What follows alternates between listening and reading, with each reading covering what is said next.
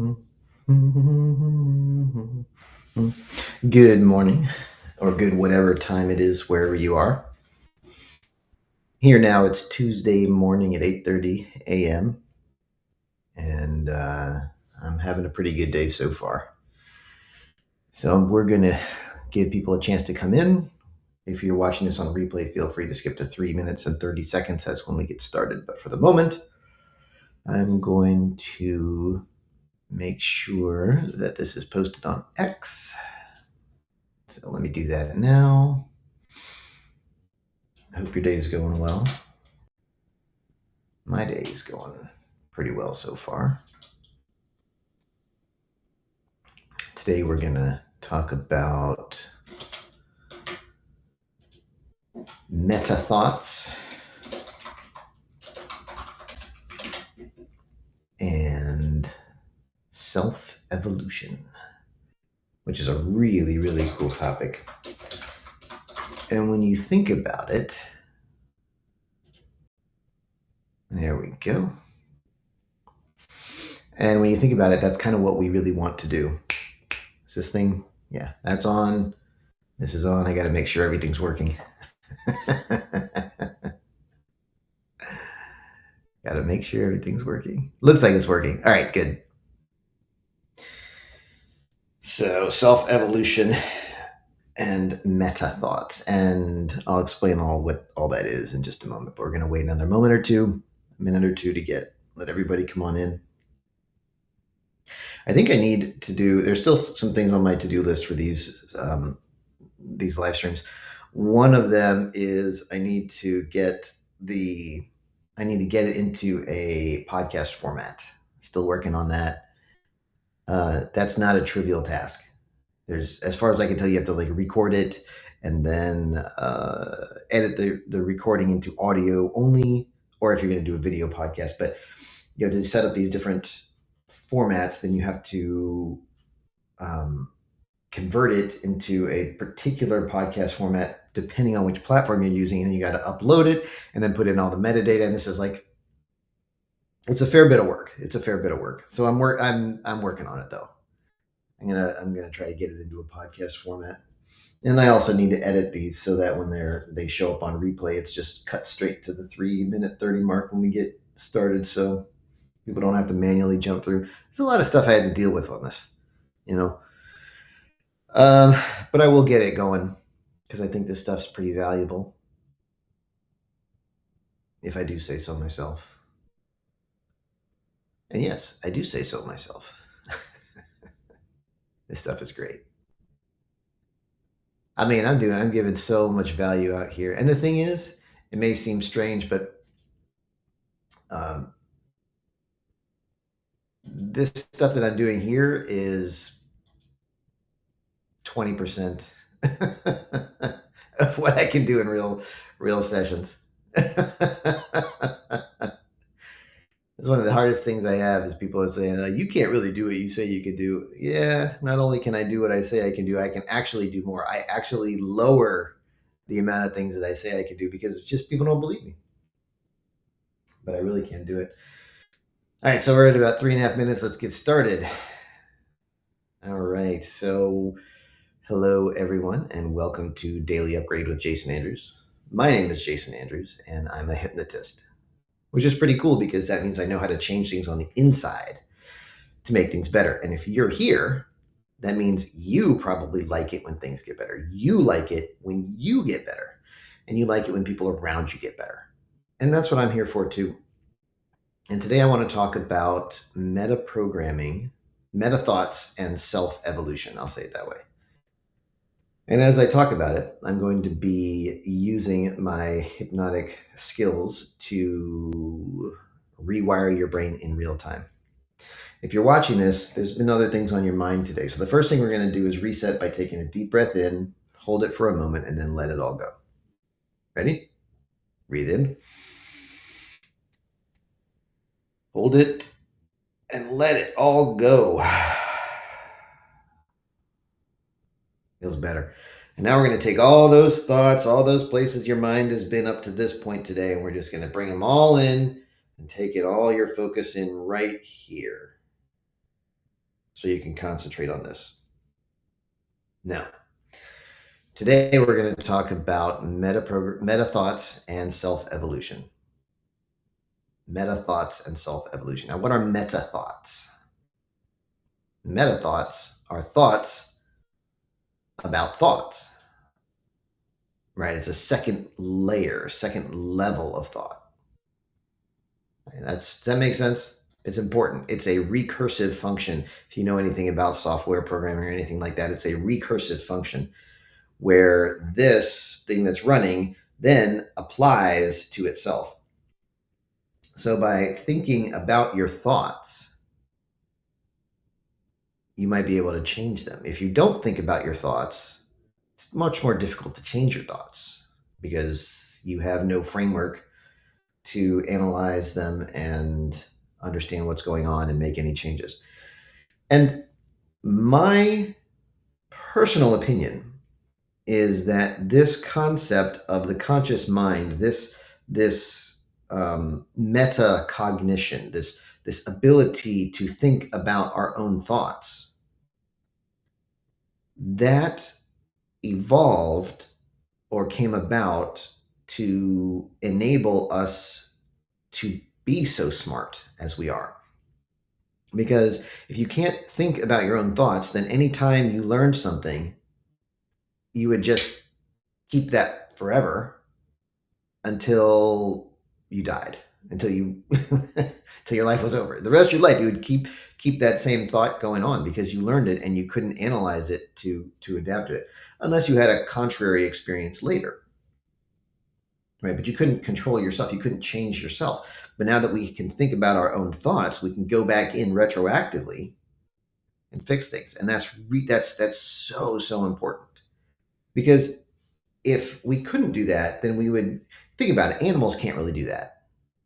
And so what do? They just run on instinct and they just are stupid their whole life. They do really dumb things. Right? Squirrels zip around and their instinct is to zigzag because they're smaller and a larger predator they're more agile than a larger predator. So by zigzagging, they avoid bears and whatever else is trying to eat them in the forest. But now that we got cars everywhere, they still zigzag because they can't think about their own thoughts. And so what happens is it gets right past your car and you're like, okay, finally, that's good. That squirrel made it. And then the dumb thing zigzags right back under your tires. I don't know if that's ever happened to you, but you're like, oh, you dumb squirrel. What you... Right. Squirrels can't think about their own thoughts. Squirrels have no meta thoughts. Right. And so it's an extremely, extremely slow process of evolution, of change. You have to have okay, this is a hardware, this is a hardware animal. And we'll know it works if it survives and reproduces. And if it doesn't survive and reproduce, we know it didn't work. If it dies off, we know that model didn't work. That's so slow. But no, we humans have thought processes. We have models in our mind, and we can analyze those models. We can think about those thoughts. What an enormous, amazing gift this is. All right, now I saw this fantastic clip about this today, and I'm going to share this here. I want to make sure you guys can hear it. I don't know if there's a setting for that. Let's see, also share tab audio. Okay, so it's going to work. I think this is going to work. All right, you guys see what I'm talking about here? I'll do full screen. Can I do full screen? Yeah. Now, watch this and listen to this. This is a interviewer asking a question to one of the Winter Olympics people, and apparently she's super duper smart. Thank you, Charlotte. That's very kind. Oh man, do I think I'll back up. Take us into your brain? Thank you, Charlotte. That's very kind. Oh man, do I think I think overall, I'm just a pensive person. Like I'm an introspective young woman. Like I spend a lot of time in my head, and it's not a bad place to be. I journal a lot. I break down all of my thought processes. I think I apply a very analytical lens to my own thinking, and I kind of modify it because it's so interesting. You can control what you think. Like you can control how you think, and therefore you can control who you are. And especially as a young person, like I'm 22, so with neuroplasticity on my side, I can literally become exactly who I want to be. How cool is that? Like how empowering is that, right? And so the fact is I get to become every day the kind of person that me at age 8 would revere. Like I would be obsessed with me today. Are you kidding? I would love me. And I think that's the biggest flex of all time, that you can have like little younger you be proud of you today. So I guess for me, it's like, yes, I spend a lot of time in my own head. Yes, I think a lot, but it's not really like in an egotistical kind of way. It's in like a tinkering, like a scientist kind of way. I'm always like trying to modify. I'm trying to think, how can I be better? How can I approach my own brain the way that I approach my craft of free skiing, so that I can be better tomorrow than I was today? That's very kind. Wow. So I'm going to go through this section by section. I'm going to talk you guys through some of these components and why this is such a great thing. And she nailed it. I really suspect that she's had some coach or some professional come in and give her that mindset. Being an Olympic athlete, it makes sense that they would have access to those type of people, because it's not something that anyone would come up with on their own, right? Unless they've studied this for years. I don't think she came up with that on her own at age 22. I think one of her coaches or somebody they brought in gave her this mindset. But I'm going to explain it to you, because this is just so valuable. Oh man. I think overall I'm just a pensive person. All that means is she thinks a lot. She mulls over things in her mind a lot. Like I'm an introspective young woman. Like I spend a lot of time in my head, and it's not a bad place to be. She spends a lot of time in her own head, and it's not a bad place to be. Most people, when they spend time in their head, it's not a great place to be. So this number one is a big deal, because she's actually not. Inside her head is a good place to be. She's cleaned it out. Of course, she's also young. She's, I think her family is quite wealthy. I think she's got access to some of the best coaches in the world, and she's an Olympic athlete, right? But even though that being said, some of those girls that we've seen in the Winter Olympics have their head's not a good place to be. There's that the blonde figure skater, not the one who got the medal, but the other one from Texas. She talked a lot about her mental illness and her mental health struggles, right? That's when her mind is not a good place to be. But this one, her mind is not a bad place to be at all. I journal a lot. I break down all of my thought processes. I think I apply a very analytical lens to my own thinking. Right? You get what she's saying? You get this? She thinks, and then she observes those thoughts with another thinker. And then I kind of modify it, because it's so interesting. And then she modifies it. It's a machine to her. And she is both the machine and the machine operator. Wild. Now, why is this a good thing for her? Because it's so interesting. She's not moping about, oh, my brain sucks, or I'm so, why does my brain think like this? No, she's thinking, oh, this is really interesting. And see, when you're curious about something, when you're interested in something, it becomes so much more neutral, and it opens up the possibility for something to be positive. So if you're feeling something bad and you just go, okay, why am I thinking this way? Okay, that's at least a start. But if you can do even better by going, okay, now that's interesting. Why did my brain do that? What did my brain do that for? Let me figure this out. And you go from this state to like this state. And that's way more resourceful. And it sounds like she's in that state most of the time. You can control what you think. Like you can control how you think, and therefore you can control who you are. Aristotle said, I think it was Aristotle, it's one of the Greek philosophers, he said, who you are is a function of what you do, right? So many people think of who you are as just this monolithic thing that doesn't change. No, your identity is simply what you consistently do.